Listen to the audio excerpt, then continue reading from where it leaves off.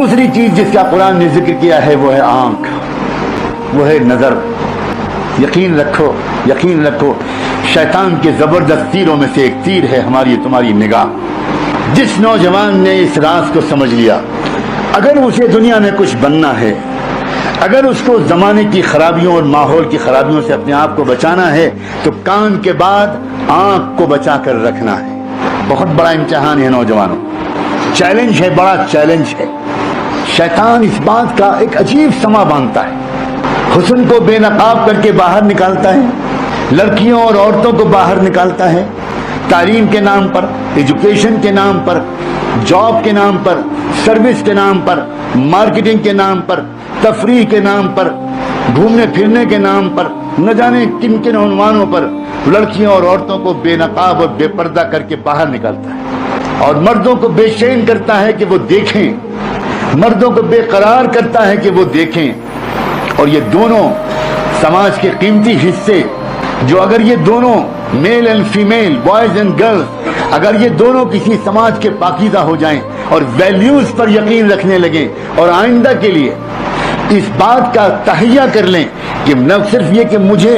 اپنے آپ کو بچانا ہے، اپنی فیملی کو بھی بچانا ہے، اور جہاں تک ہو سکے اپنے رشتہ داروں، اپنے قریبی لوگوں، اپنے نیئر اینڈ ڈیئر ونس، اور یہاں تک کہ اپنے پورے علاقے کے اندر ایک پاکیزہ تہذیب کو پھیلانا ہے، لیکن یہ نہ کر پائیں لوگ، اس کے لیے ایک طرف تو بے پردگی پھیلائی جاتی ہے، بے حیائی پھیلائی جاتی ہے، بے شرمی پھیلائی جاتی ہے، اور لڑکیوں اور عورتوں کو پردے سے دور کیا جاتا ہے، ان کے دلوں کے اندر پردے کی حقارت بٹھائی جاتی ہے۔ ان کی سمجھ میں یہ آتا ہے کہ پردہ ترقی کے راستے میں رکاوٹ ہے، ان کی سمجھ میں یہ آتا ہے کہ بے پردگی روشن خیالی کی علامت ہے، ان کی سمجھ میں یہ آتا ہے کہ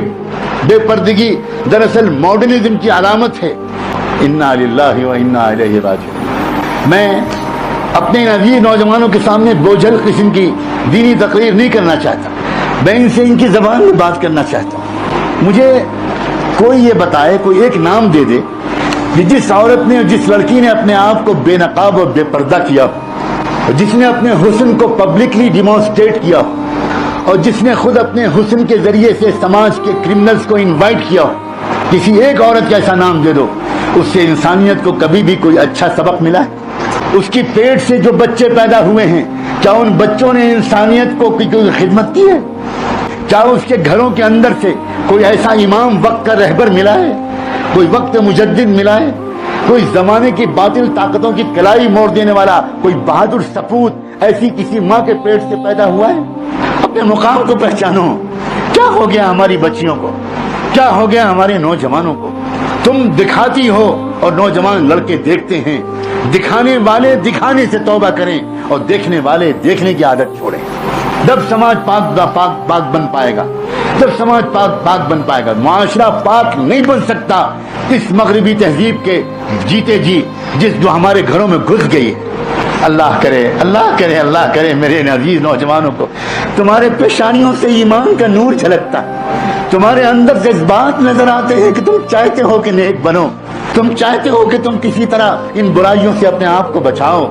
لیکن دوستو، عزیزو، تمہیں مضبوط ارادہ کرنا پڑے گا، مضبوط ارادہ کرنا پڑے گا۔ ایسا ارادہ کہ تم روزانہ جب کالج جاؤ، جب روزانہ تم اپنی اسٹڈی سینٹر میں جاؤ، جب روزانہ تم گھر سے باہر نکلو، تو نکلنے سے پہلے کیا میں تم کو آج ایک مشورہ دوں کہ 2 رکعت نماز پڑھ کے اللہ سے مانگا کرو کہ اللہ میں کمزور بنتا ہوں آپ کا، اللہ میں آپ کا کمزور بنتا ہوں، باہر شیطان کے جال پڑے ہوئے ہیں، اب باہر بہت مصیبت ہے، اللہ میں کیسے اپنی نظر کو بچاؤں؟ اگر نہیں پڑھتا تو مشکل، اور کالج جاتا ہوں تو مشکل، میرے اللہ تو مجھے بچا لے۔